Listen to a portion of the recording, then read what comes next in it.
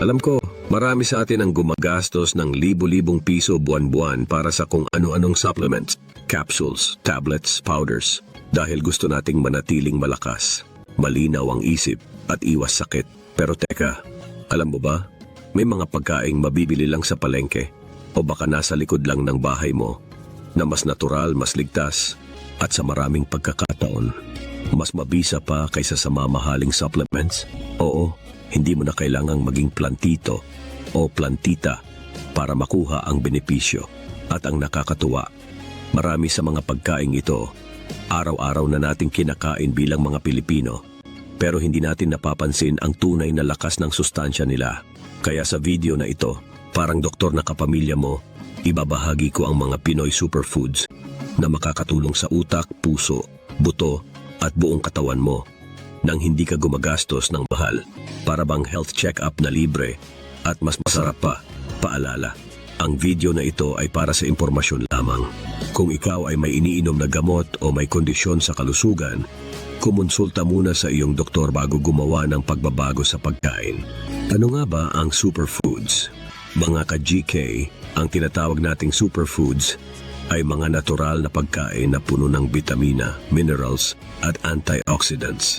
Para bang regalo ng kalikasan na siksik sa sustansya, hindi lang pampabusog, kundi pangpalakas din ng katawan.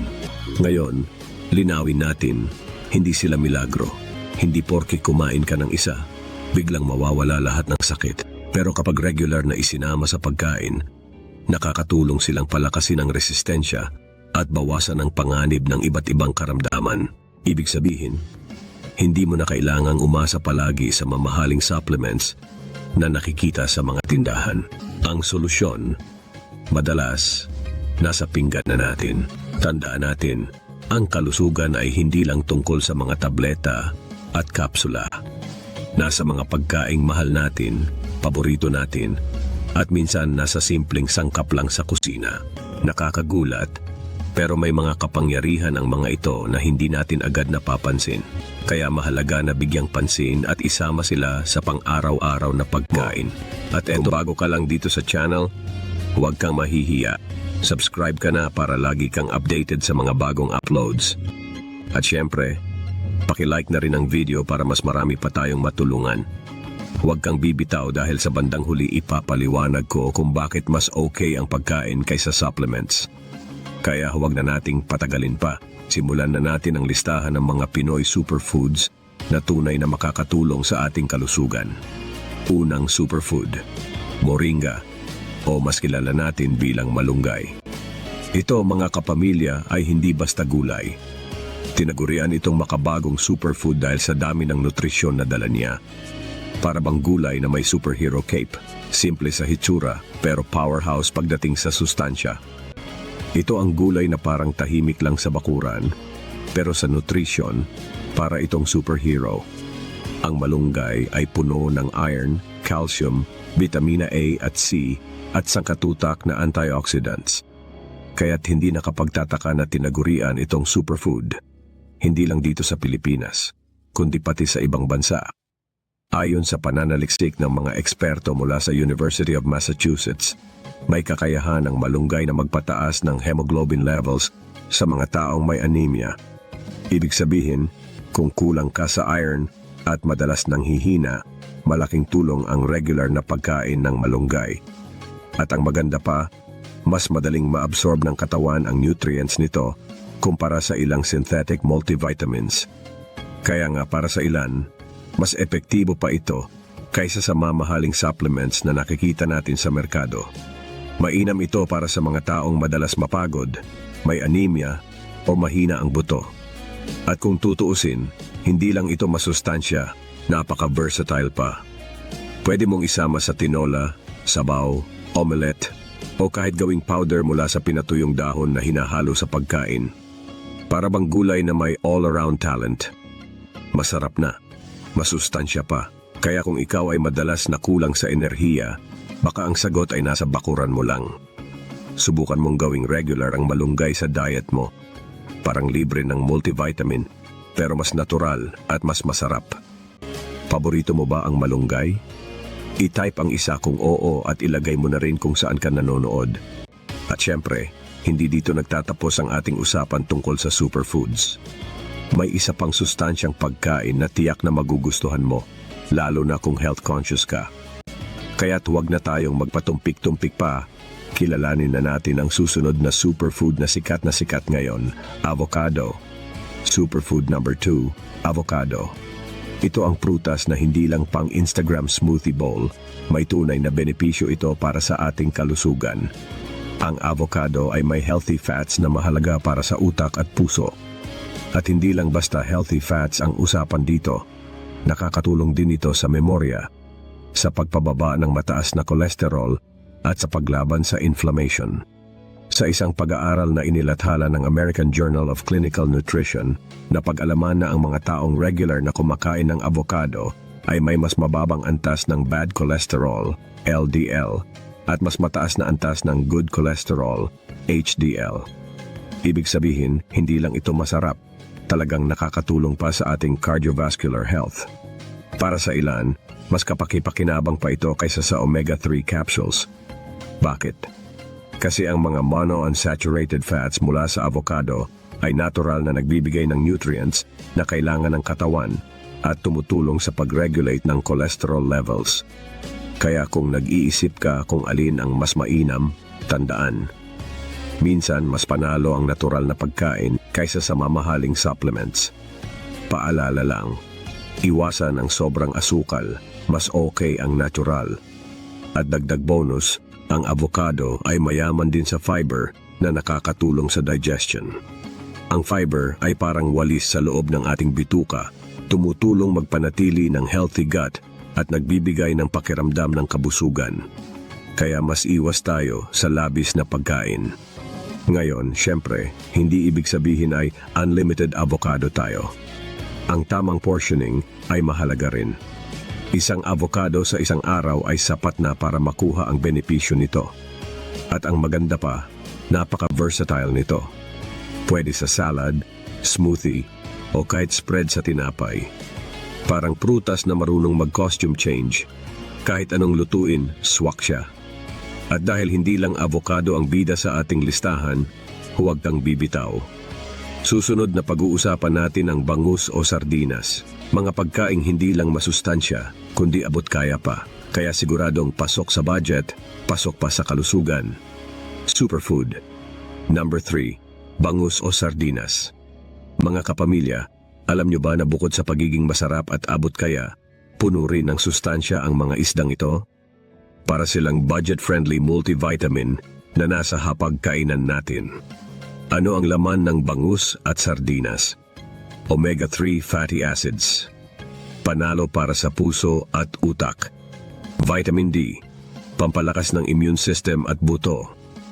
Protina, para sa muscles at lakas ng katawan.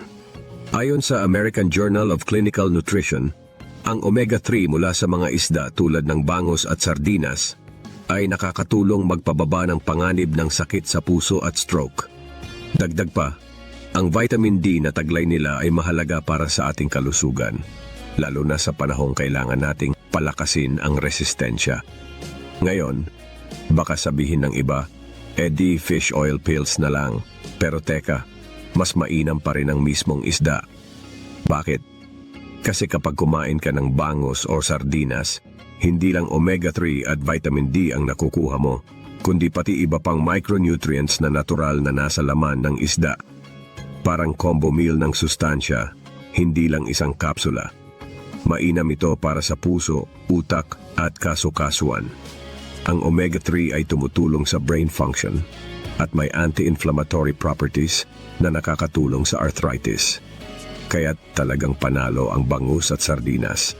Abot kaya na, masustansya pa. Paano ihahain? Simple lang. Inihaw na bangus, nilagang sardinas at sardinas sa kamatis. Classic Pinoy ulam. Tip: iwasan ang sobrang mantika para mas healthy ang pagkain. Kaya kung gusto mong maging mas malusog nang hindi nabubutas ang bulsa, isama ang bangus at sardinas sa iyong diet. At syempre, hindi pa dito nagtatapos ang ating listahan ng Pinoy Superfoods. Susunod, Tatalakayin natin ang isang pampalasa na hindi lang nagpapasarap ng pagkain kundi may kamangha-manghang benepisyo rin sa kalusugan. Abangan mo ito. Superfood number 4, bawang. Ito ang simpleng sangkap na laging nasa kusina. Pero huwag mong maliitin. Parang maliit na sibuyas na may superpowers.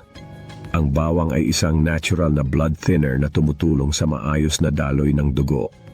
Ang aktibong compound nito na tinatawag na allicin ay may benepisyong pangkalusugan na nakakatulong magpababa ng panganib sa mga sakit sa puso. Ayon sa American Journal of Hypertension, ang regular na paggamit ng bawang ay nakatulong sa pagpapababa ng blood pressure ng mga taong may alta presyon. Sa loob lang ng ilang linggo, nakita na ang makabuluhang pagbabago. Kaya't mabuti ang bawang para sa alta presyon, baradong ugat, at kalusugan ng puso. Pero tandaan, hindi lang basta lagay ng bawang ang usapan dito. Ang tamang paraan ng paghahanda ay mahalaga. Tip ng eksperto, durugin muna ang bawang at hayaan ng mga 10 minuto bago lutuin. Bakit? Kasi doon nabubuo ang allicin, ang compound na nagbibigay ng maraming benepisyo sa ating katawan. Kaya sa susunod na magluto ka ng adobo o sinigang, bigyan mo ng breathing space ang bawang bago siya sumama sa kawali. Sa totoo lang, napakasimple ng bawang, pero napakalakas ng kanyang epekto. Kung ikaw ay may problema sa puso o mataas ang presyo ng dugo, magandang dagdagan ng diet mo ng bawang. Parang libre ng gamot na nasa kusina mo na. Ngayon, malinaw na kung gaano kahalaga ang bawang. At sa ating susunod na superfood, lilipat tayo sa isang masustansya at abot-kayang alternatibo na madali mong makukuha sa palengke, ang kamote.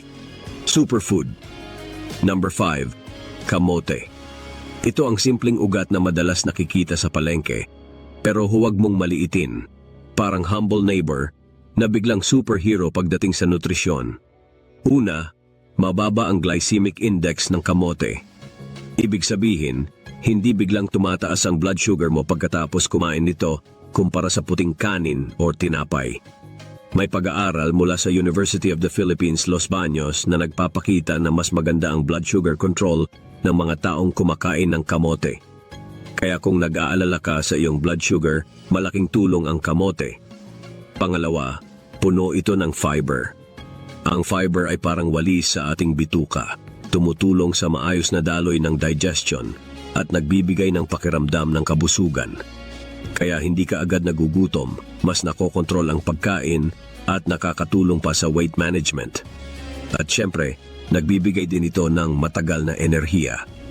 Kapag kumain ka ng kamote, unti-unti nitong inilalabas ang glucose sa dugo, kaya sustained energy ang hatid sa buong araw.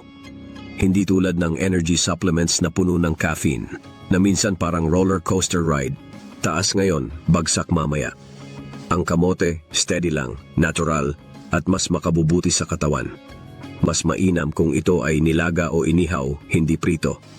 Ang pagprito kasi nagdadagdag ng unhealthy fats na nakakasira sa benepisyo ng kamote. Kaya sa susunod na maghanda ka, subukan mong i-steam o i-roast ito. Mas masarap na, mas nutritious pa. Pero higit pa sa sustansya, ang kamote ay simbolo ng mas simple pero malusog na pamumuhay. At bilang mga Pilipino, nakakatuwang isipin na sa isang abot-kayang pagkain na ito, napakaraming benepisyo ang makukuha natin. Ngayon, kung handa ka na, lilipat tayo sa susunod na superfood, isang paborito ng marami, at siguradong ikatutuwa mo ang mga benepisyo nito. Superfood number 6, mani. Siyempre, yung walang asin. Mga kapamilya, akala ng marami, pang snack lang ang mani. Pero sa totoo lang, isa itong superfood na puno ng benepisyo para sa ating kalusugan. Mayaman ang mani sa vitamin E na mahalaga para sa ating immune system at protection ng cells laban sa free radicals. Bukod pa rito, puno rin ito ng healthy fats, yung mga uri ng taba na talagang kailangan ng katawan. Ang mga fats na ito ay tumutulong magpababa ng cholesterol levels at nagpapabuti ng kalusugan ng puso. Ayon sa American Journal of Clinical Nutrition, ang regular na pagkain ng mani ay nakakatulong magbawas ng panganib ng cardiovascular diseases. Kaya isipin mo, yung simpleng pagdakok ng mani habang nanonood ng TV, may positibong epekto pala sa puso mo. Hindi lang pampalipas gutom, kundi pampahaba buhay din. Pero tandaan, lahat ng sobra, masama. Isang dakok lang ng mani bawat araw ay sapat na. Kapag nasobrahan, baka calories ang dumami at hindi na maganda para sa timbang. Kaya't huwag gawing bottomless ang money bowl. Isang dakok lang, solve na. Paalala, isang dakok lang bawat araw.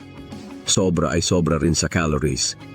At dahil ang money ay nakakatulong sa memorya at puso, magandang hudyat ito para magpatuloy tayo sa susunod na superfood. Isang paborito ng marami, lalo na kapag malamig ang panahon. Mga kapamilya, pag-usapan na natin ang salabat. Superfood number 7. Salabat, luya.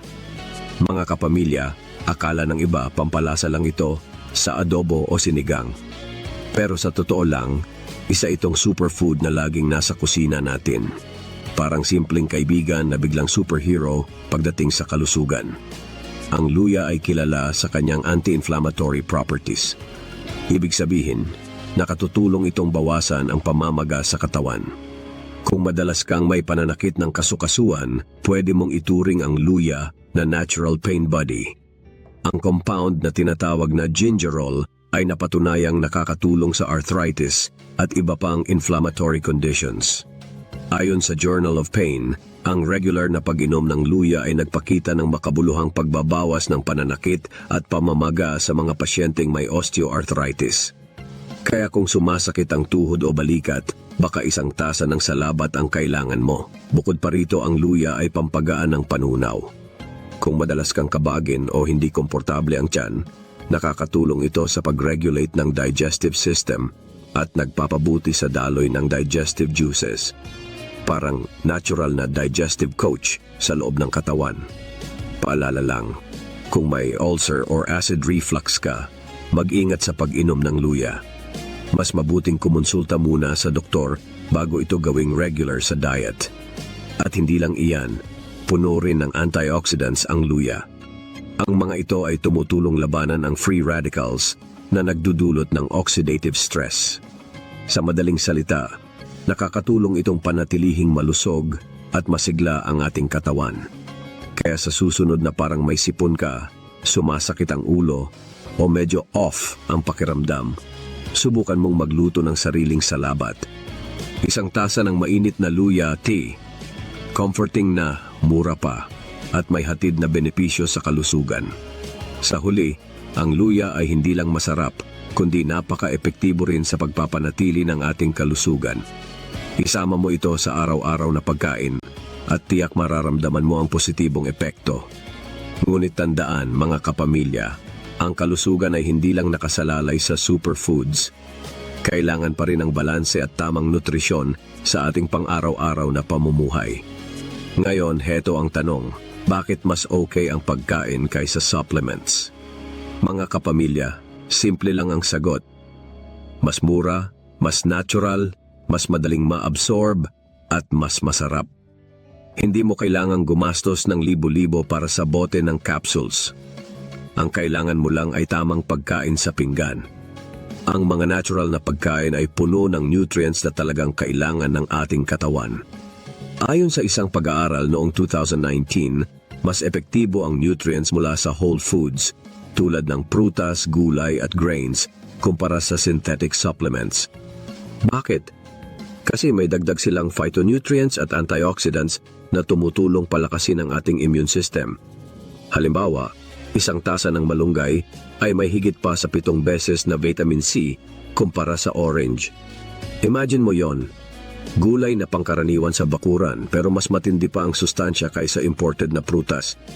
At syempre, mas madaling maabsorb ng katawan ang nutrients mula sa natural na pagkain. Kaya mas ramdam ang benepisyo. Bonus pa, mas masarap sila. Kasi sino ba naman ang matutuwa sa mapait na kapsula kung pwede namang kumain ng tinola na may malunggay o kamote Q sa kanto? Kaya mga kapamilya, sa halip na magbayad ng mahal para sa supplements, bakit hindi subukan ang mga masustansyang Pinoy superfoods. Tandaan, mas mabisa, mas masaya, at mas busog ang kalusugan kapag galing sa tunay na pagkain. Kailan kailangan pa rin ng supplements? Mga kapamilya, mahalagang linawin natin. May mga pagkakataon na talagang kailangan pa rin ng supplements. Halimbawa, kung may vitamin deficiency tayo. Alam niyo ba na ang vitamin D deficiency ay isa sa mga karaniwang problema ng mga Pilipino? Ayon sa Journal of Nutrition, maraming tao ang hindi nakakakuha ng sapat na vitamin D mula sa pagkain at sikat ng araw. Kaya nagiging sanhi ito ng iba't ibang kondisyon sa kalusugan. Pangalawa, kung may tiyak kang medical condition, maaaring kailanganin mo talaga ng supplements. Halimbawa, ang mga may diabetes ay minsan nangangailangan ng dagdag na chromium para makatulong sa pag-regulate ng blood sugar levels. Pero tandaan, bago magdagdag ng kahit anong supplement sa routine mo, kumonsulta muna sa doktor. At syempre, may mga pagkakataon na mismong doktor ang magre-rekomenda ng supplements. Kaya't mahalaga ang tamang konsultasyon. Huwag basta-basta bibili dahil nakita mo lang sa advertisement o sa social media. Pero tandaan mga kapamilya, hindi masama ang supplements, pero hindi sila kapalit ng tamang pagkain. Ang mga natural na pagkain, lalo na ang ating Pinoy superfoods, puno ng nutrisyon na hindi mo makukuha sa mga pills. Kaya't ang pinakamainam na solusyon ay ang pagtutok sa masustansyang pagkain. Sa huli, isipin natin ang supplements bilang tulong lang, hindi pangunahing pinagkukunan ng nutrisyon. Ang ating mga tradisyonal na pagkain, tulad ng malunggay, ampalaya, at iba pang superfoods, ay tunay na kayamanan na dapat nating pahalagahan. Mas mura, mas masarap, at mas natural. Narito ang ilang simpleng daily combination. Mga kapamilya, gusto nyo bang malaman kung paano makukuha ang benepisyo ng superfoods sa araw-araw nang hindi nabubutas ang bulsa? Ito ang isang simple, mura, at natural na kombinasyon. Almusal, itlog na may malunggay, parang power breakfast na abot kaya. Tanghalian, isda at gulay, bangus o tilapia na may omega-3, panalo para sa puso at utak. Merienda, kamote o mani, fiber mula sa kamote para busog ng matagal, at healthy fats mula sa mani para sa lakas. Gabi, isang tasa ng salabat, pampakalma, pampalakas, at natural na panglaban sa sipon at ubo. Ayon sa Journal of Nutritional Science, ang malunggay ay mayaman sa bitamina A, C at E na tumutulong sa immune system. Samantala, ang mga fatty fish tulad ng bangus ay may omega-3 fatty acids na nakakatulong sa kalusugan ng puso at utak. Para sa merienda, ang kamote ay hindi lang masustansya kundi puno ng fiber, kaya hindi ka agad nagugutom. Ang mani, lalo na kung walang asin, ay may protina at healthy fats na nakakatulong sa memorya at puso. At sa gabi, ang salabat o luya tea ay parang natural na comfort drink na may anti-inflammatory properties, perfect pang relax bago matulog. Sa ganitong simpleng kombinasyon, makukuha mo na ang mga benepisyo na hindi mo matatagpuan sa mamahaling supplements. Masarap na, masustansya pa, at Pinoy na Pinoy. Mga kapamilya, tandaan natin, nasa palengke ang tunay na yaman ng kalusugan. Hindi mo kailangang gumastos ng libo-libo sa mamahaling supplements. Nandyan na sa harap mo ang mga pagkaing natural, masustansya at Pinoy na Pinoy. Kung may natutunan ka sa video na ito, huwag kalimutang i-like at i-share sa pamilya at mga kaibigan para mas marami pa ang makinabang sa ating health tips. At syempre mag-subscribe ka na rin para lagi kang updated sa mga susunod nating videos tungkol sa kalusugan at nutrisyon. Gusto ko ring marinig mula sa inyo. I-comment sa ibaba, alin sa mga superfood na ito ang madalas mong kainin? Malunggay ba sa tinola, sardinas sa kamatis, o kamote Q sa kanto? Sabihin mo, at baka iyon pa ang maging inspirasyon ng susunod nating episode. Mga kapamilya, tandaan, mas masaya, mas mabisa, at mas busog ang kalusugan kapag galing sa tunay na pagkain. Hanggang sa susunod, stay healthy, Stay happy at stay Pinoy.